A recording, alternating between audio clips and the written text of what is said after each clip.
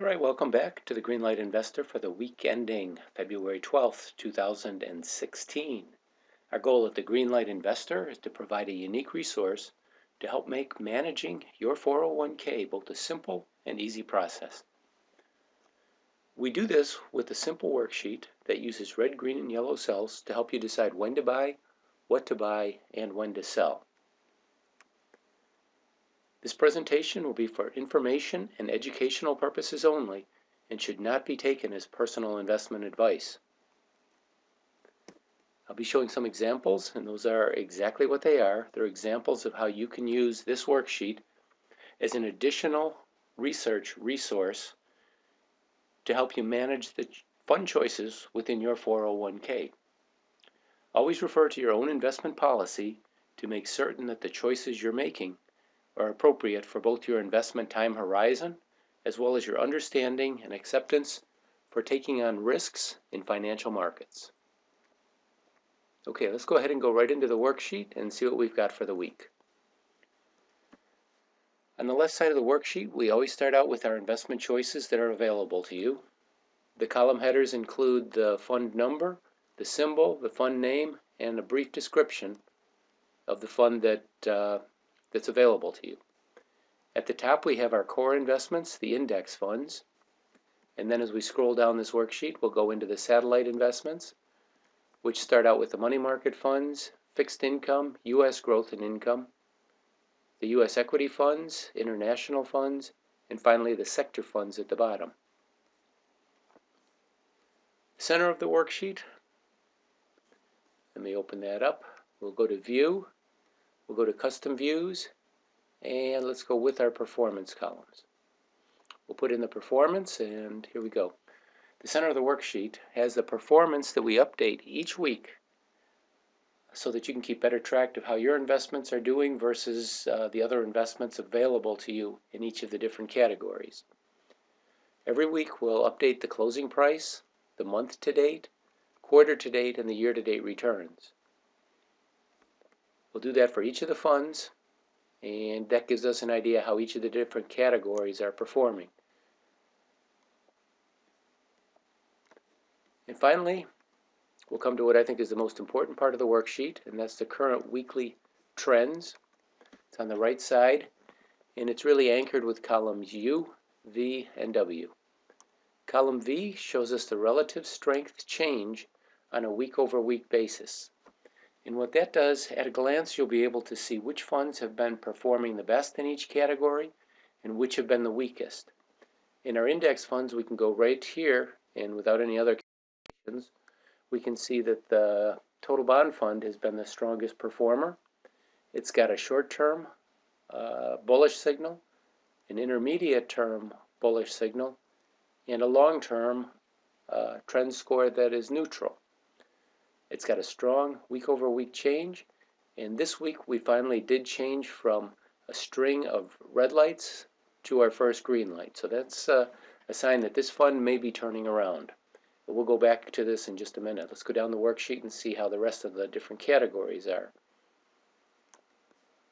As we go down to our fixed income, we'll see that we now have 2 green lights in these columns. So that means 2 weeks in a row we've had relative strength that has increased.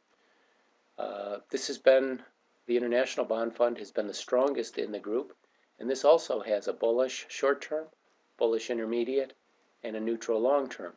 So according to our rules, we'd be able to buy this, but what I'm going to do is I'm going to wait 1 more week to suggest this. I'm going to be a little bit more conservative, and I'm going to wait and see if we see a green light in the bond fund, the total bond fund.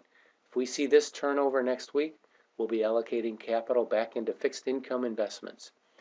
If you're a more aggressive investor, you might already be in the fixed income, or go ahead and move into it this week. Let me show you an example of how you can use this information to make those choices. So this is our column V is our relative strength change. Column W is where each week we'll assign a relative strength score. It's a numerical value, and when it's positive, this cell will turn green, and when it's negative, it will turn red. But what's important about these numbers is they can be an early warning for a change in the trend. And if you're a very aggressive investor, you can use these numbers to try to get a little bit more return. But you have to realize that for the increase in return, you're also taking on significantly more risk. So you have to go through and value yourself as an investor to make those choices. But the way this would work is we've turned green here, but we can see since the first week of the year, 1/8/2016, we started with a trend score going from a negative 0.93 to a negative 0.77, a negative 0.71, negative 0.57, negative 0.28, and then finally a negative 0.10, and it finally turned positive. And what you'll notice is that for 1, 2, 3, 4, 5, 6, now the 7th week now, so for the last 7 weeks, or 6 weeks now, you'll notice that every week this number has gotten less negative or a little bit stronger. So what that shows is that's an early warning for an aggressive investor who wants to start legging into a position or possibly even establish a position after you see our 2-week rule where there's strength for 2 weeks in any of the assets. So we're seeing that. Up above, we're also seeing where we're 1, 2, 3, 4, 5 weeks now in a row where the inflation bonds have been improving. They haven't turned green yet, but they have been improving. So aggressive investors could go ahead and start taking positions in these improving trend scores. So that's a little trick for the more aggressive investors if you want to play. And that also works from GreenLight's transitioning, is when you see the weakening trend scores before they turn from green to red, you can make changes or adjustments to your portfolio. So that said, let's go ahead and take a quick look down the rest of the sheet, and then we'll see how we can use this to make choices within your 401k. All right, as we go down the worksheet, we're seeing that numbers are becoming more negative, so those are weak, so we're going to stay away from this group. Here, we're generally seeing the same, where the numbers are becoming more negative, so we're still seeing weakness in the U.S. equities. The international, we're seeing the same thing with red and orange lights, lots of red lights on the left side. So we generally just want to stay away from these groups.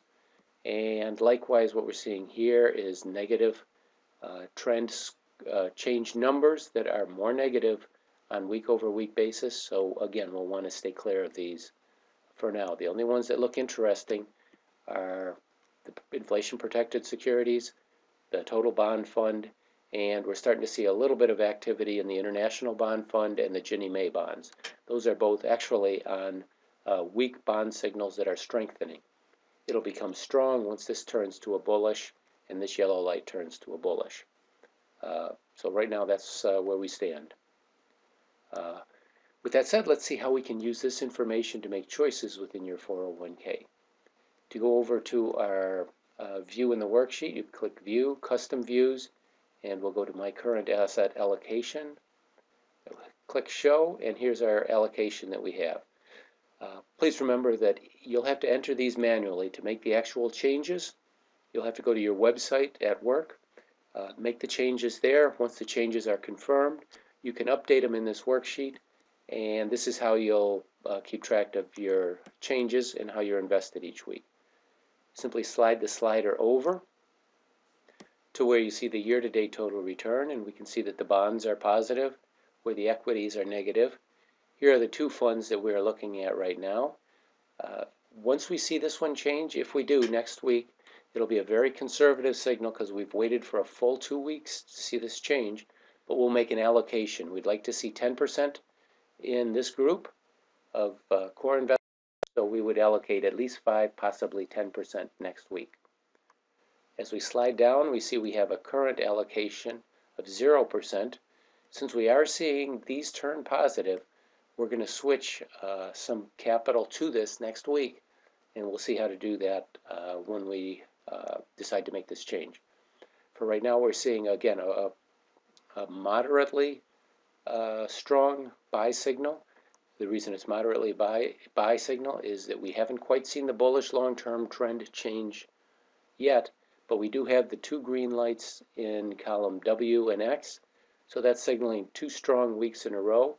Plus, as I just showed, this trend score has been increasing for several weeks now.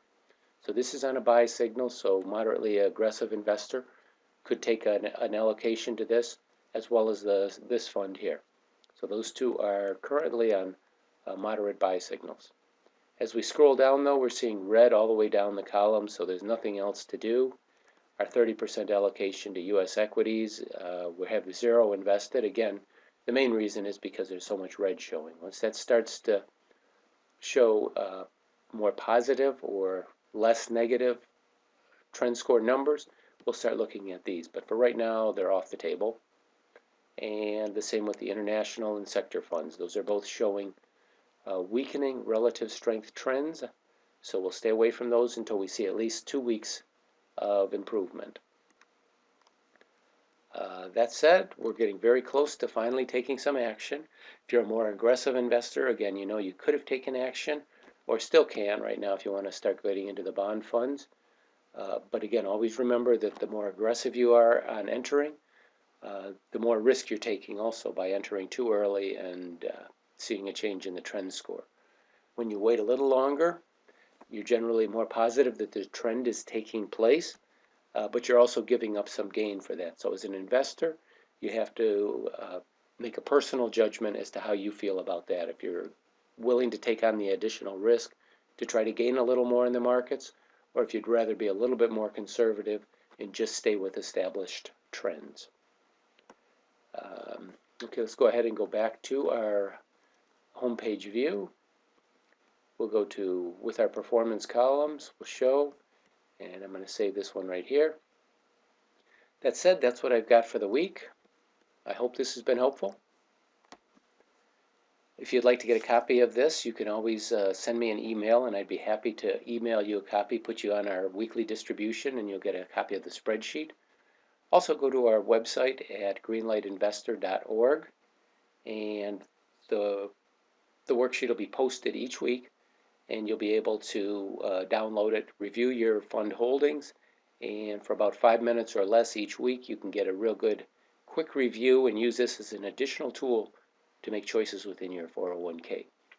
Remember, Monday is a holiday. Markets will be closed due to President's Day, so enjoy your long weekend if you do have a little relief from this market. And like I said, I hope this has been helpful and shows you a couple of additional resources to help you manage your 401k choices. Thanks for taking the time to watch this, and have a great weekend.